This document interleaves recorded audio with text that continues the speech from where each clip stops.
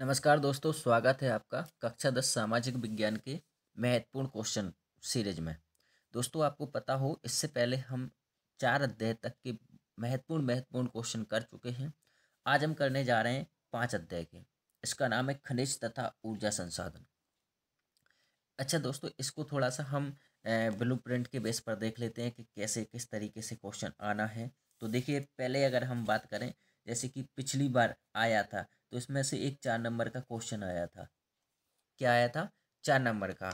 और अभी भी इसमें से टोटल 4 नंबर का ही आना है। मतलब पहले तो क्लियर था कि 4 नंबर का एक आएगा, लेकिन अब पता नहीं है। टोटल 4 नंबर पूछे जाने हैं। अब 1 नंबर का पूछा जा सकता है, 2 नंबर का और 4 नंबर का भी। ठीक है, तो हम उसी हिसाब से कुछ क्वेश्चन आपको डिस्कस करेंगे। ठीक है, चलिए आगे बढ़ते हैं और क्वेश्चन देखते हैं। इस अध्याय का जो इम्पोर्टेंट क्वेश्चन है, पहला है, आग्नेय तथा कायांतरित चट्टानों में खनिजों का निर्माण कैसे होता है? तो देखिए जी, इसका आंसर है। और मैं आपको क्वेश्चन बता रहा हूँ, आपके पास आंसर अगर लिखे हैं तो आप उसमें से करें। मेरा उद्देश्य है आपको क्वेश्चन बताना। तो ये क्वेश्चन पहला हो गया।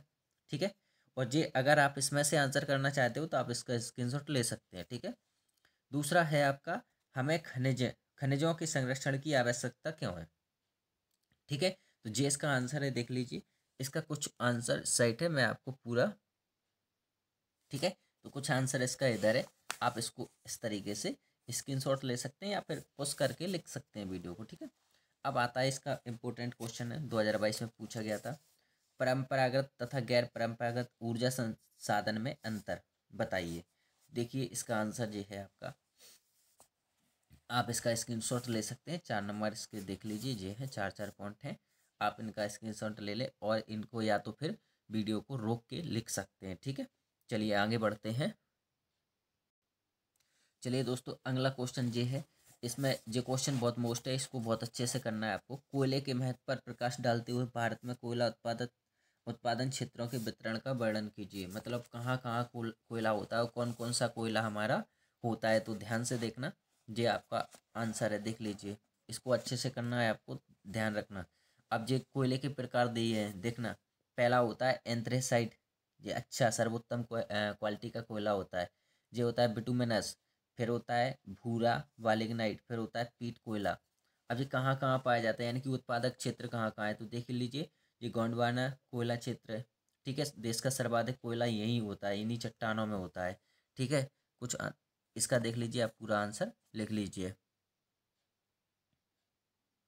और दूसरा है आपका, जे टर्सियरी कोयला क्षेत्र, भारत में कुल उत्पादित कोयले का 1% इस क्षेत्र से प्राप्त होता है। असम, राजस्थान, गुजरात, तमिलनाडु आदि राज्य इस कोयला क्षेत्र में है। यहाँ लिग्नाइट प्रकार की घटिया कोयला मिलता है, यानी कि अच्छी क्वालिटी का नहीं मिलता है। ठीक है, अब आता है आपका, खनिज किस प्रकार की सेल समूह में पाए जाते हैं?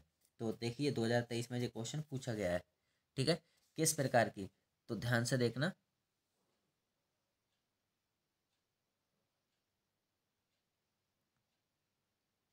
ठीक है, क्या है? आग्नेय तथा कायांतरित चट्टानों में। इसका आंसर आपको मैं बता दे रहा हूँ, सारे आंसर बता दे रहा हूँ। अपसादी चट्टानों में, धरातलीय चट्टानों द्वारा उपाड़ीय के आधार पर। देख लिए, इन सभी के आंसर आपको बता देते। देखिए, इसका आंसर देखना आपको, जो मैं करवा चुका हूँ आपको अभी, देख लीजिए। जी वाला दिया है आपका, आग्नेय कायांतरित चट्टानों में खनिजों का। तो इसका आप स्क्रीनशॉट ले लीजिए। ठीक है, जी है। अब आपका आता है, 1 मिनट, अब आपका आता है दूसरा, देख लीजिए। ये है अब सादी चट्टानों में। तो इसका आंसर देखिए आप, ये दिया है। ठीक है, आप इसका स्क्रीनशॉट ले सकते हैं। ठीक है, ये, ठीक है, ये लिखा है। ओके, अब नेक्स्ट तीसरे नंबर का देखिए। तीसरे नंबर का है, धरातलीय चट्टानों द्वारा और पहाड़ियों के आधार पर। तुझे देखना, लघु उत्तरीय प्रश्न का 6 देखें तो मैं 6 में बता रहा हूँ आपको। दोनों का आंसर एक ही जगह आपको मिल जाएगा, देख लीजिए। जी है, इसमें दिए हैं दोनों, देखिए। ये है, धरातलीय चट्टानों तथा पहाड़ियों के आधार पर खनिजों का निर्माण किस प्रकार होता है? 2023 में पूछा गया था, इसको आप इग्नोर नहीं कर सकते। ठीक है, दोबारा पूछा जा सकता है। तो ये आपका धरातलीय है, ये आपका पहाड़ियों। ठीक है, ये इसका आंसर हो चुका है आपका। ठीक है, अब अगला क्वेश्चन है आपका, भारत में पाई जाने वाली लोएस की 4 पेटियां लिखिए। देखना ये भी 2023 में पूछा गया है और 4 नंबर में पूछा गया है, तो उसको आपको बहुत अच्छे से करना है। देखिए पहला है उड़ीसा झारखंड पेटी, दुर्ग बस्तर चंद्रपुर पेटी, बल्लार चित्रदुर्ग, चिक्कमंगलुरु तुमकुर पेटी, है ना। और अगला है महाराष्ट्र गोवा पेटी। ये यहाँ आपकी लोहे अयस्क की पेटियां पाई जाती हैं, यानी कि लोहे अयस्क पाया जाता है जिससे अपन लोहा स्टील निकालते हैं, ठीक है। ये आपका आंसर है, आप इसका स्क्रीनशॉट ले लें। सरल भी आंसर है तो आप इसको ही करें, है ना। ठीक है, आगे बढ़ते हैं। चलिए दोस्तों, देखिए इसमें कुछ मैप भी पूछे जाते हैं, तो मैप इसमें से आते हैं अथवा में आते हैं, ध्यान रखना। इसमें से देख लिए, मैं बताऊँ आपको कौन कौन से आए थे, पिछली बार पूछे गए थे, देख लीजिए। एक तो ये पूछा गया था, कहाँ गया जे 23 में, बैलाडेला कहाँ है ना। चित्रदुर्ग कहाँ है, नर्मदा कहाँ है, शिलोंग कहाँ है, तापी नदी, है ना, और सिक्किम। इनमें से आपको कोई 4 भरना होता है, तो देख लीजिए जी मैप है आपका। जैसे उसने कहा सिक्किम कहाँ है, तो सिक्किम आपका इधर है, ये लिखा है, ठीक है। दूसरे नंबर पर कहा है उसने चित्रदुर्ग कहाँ है, चित्रदुर्ग, तो देख लीजिए ये इधर है, ठीक है। जी मैप आपको पढ़ना है, मतलब कहने का मतलब ये है कि जी आपको छाट के जाना है, जी आपकी सीरीज में होंगे, देख लीजिए जी आपको छाटना है, ठीक है। और 23 में जी पूछे गए हैं, तो मैप हर बार आता है, उस अध्याय में से ही आता है, ठीक है। तो इसके मैप अच्छे से देख लेना है। देखिए अब जे आया था, जे है भारत के मानचित्र पर महत्वपूर्ण परंपरागत ऊर्जा ऊर्जा स्रोतों के बारे में भी पूछा जा सकता है आपसे। तो देखिए पिछली बार पूछा गया था हजीरा विजयपुर जगदीशपुर गैस पाइपलाइन कहाँ है, ठीक है।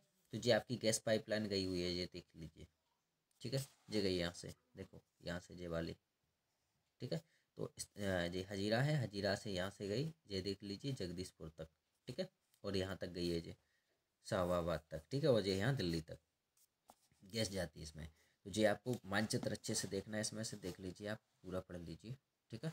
और फिर आता है आपका इधर, देख लीजिए जो क्या है, भारत के मानचित्र पर महत्वपूर्ण आणविक व तापीय ऊर्जा संयंत्र दर्शाइए। तो देखना इसमें काकरा पारा जो पूछा गया था आपसे, ठीक है। काकरा पारा पूछा गया था आपसे, ठीक है। तो ये इसमें है, इसमें कहाँ होगा मैं आपको बता देता हूँ।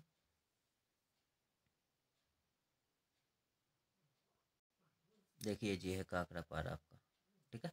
तो आप इनको कर सकते हैं। चलिए अब अगला अध्याय के क्वेश्चन देखते हैं।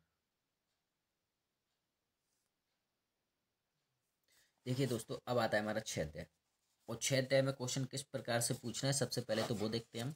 अगर आप पिछला रिकॉर्ड देखें तो देखिए 1-1 नंबर के 2 क्वेश्चन आए थे, यानी कि ओटी आपकी 2 पूछी गई थी, 2 नंबर का 1 क्वेश्चन पूछा गया था।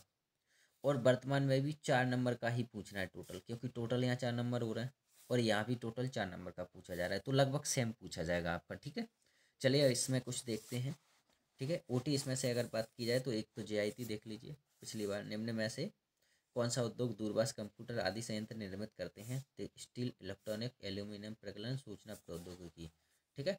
तो ये करता है ये वाला, ठीक है।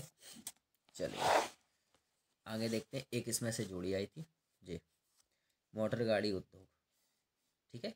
तो मोटर गाड़ी उद्योग किसकी है, ये है आपकी गुरुग्राम में लगाई गई है, ठीक है, मोटर गाड़ी उद्योग।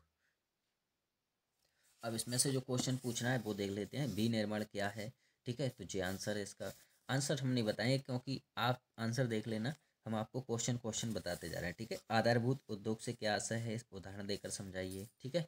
और भारत में कृषि पर आधारित उद्योग कौन कौन से हैं, तो ये दिए हैं, वस्त्र उद्योग, चीनी उद्योग, कागज उद्योग, पटसन उद्योग, वनस्पति उद्योग, कृषि पर आधारित उद्योग हैं, ठीक है।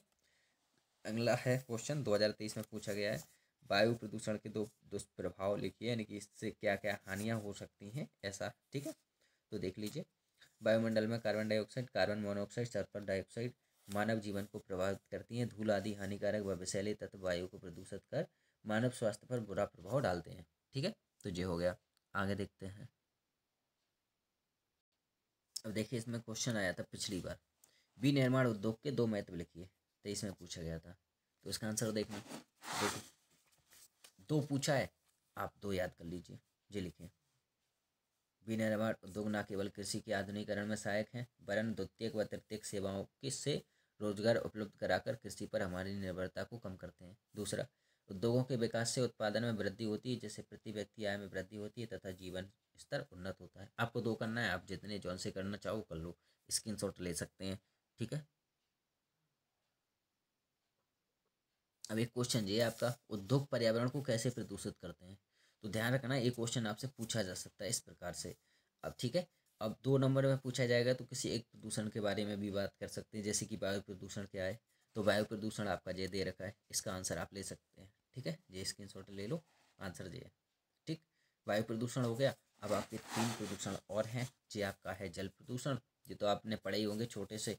जल प्रदूषण है, भूमि प्रदूषण है, ध्वनि प्रदूषण है। ठीक है, ये उद्योगों के कारण होते हैं, तो आप इनको अच्छे से कर लेना, क्योंकि इनमें से अगर 2 नंबर का पूछा गया तो आप आराम से लिखाओ। ठीक है, आगे क्वेश्चन देखते हैं अपन। इसका क्वेश्चन है कि निम्नलिखित पर टिप्पणी कीजिए। ठीक है, तो 2 नंबर में आपसे ये पूछा जा सकता है, रसायन उद्योग के बारे में बताइए। तो रसायन उद्योग क्या है, इसको आपको थोड़ा सा शॉर्ट में लिख लेना। पहला देखना, पॉइंट के हिसाब से 2 पॉइंट बता सकते हो आप। भारत में रसायन उद्योग तेजी से विकसित हो रहा है, सकल घरेलू उत्पाद में इसकी भागीदारी लगभग 3% है ना। यह उद्योग एशिया का तीसरा बड़ा तथा विश्व में आकार की दृष्टि से 12वें स्थान पर है। इसमें लघु तथा बृहत दोनों प्रकार की विनिर्माण इकाइयां सम्मिलित हैं। आपको 2-2 पॉइंट करना है, 2-2 पॉइंट कर लीजिए। फिर आता है आपका सूचना प्रौद्योगिकी तथा इलेक्ट्रॉनिक उद्योग। तो इसको देख लीजिए, 2 पॉइंट। इलेक्ट्रॉनिक उद्योग के अंतर्गत आने वाले उत्पादों में ट्रांजिस्टर से लेकर television, telephone, cellular, telecom, telephone exchange, radar, computer तथा दूरसंचार उद्योग के लिए उपयोगी अनेक अन्य उपकरणों तक बनाए जाते हैं। और नंबर 2, बेंगलुरु भारत की इलेक्ट्रॉनिक राजधानी के रूप में उभरा है। इलेक्ट्रॉनिक सामान के अन्य महत्वपूर्ण उत्पादक केंद्र मुंबई, दिल्ली, हैदराबाद, पुणे, चेन्नई, कोलकाता तथा लखनऊ है। और इसमें से जो कुछ और है, इस उद्योग का सर्वाधिक संकेंद्रण बेंगलुरु, नोएडा, मुंबई, पुणे, चेन्नई और हैदराबाद में है। भारत में सूचना प्रौद्योगिकी उद्योग के सफल होने का कारण हार्डवेयर व सॉफ्टवेयर का निरंतर विकास है।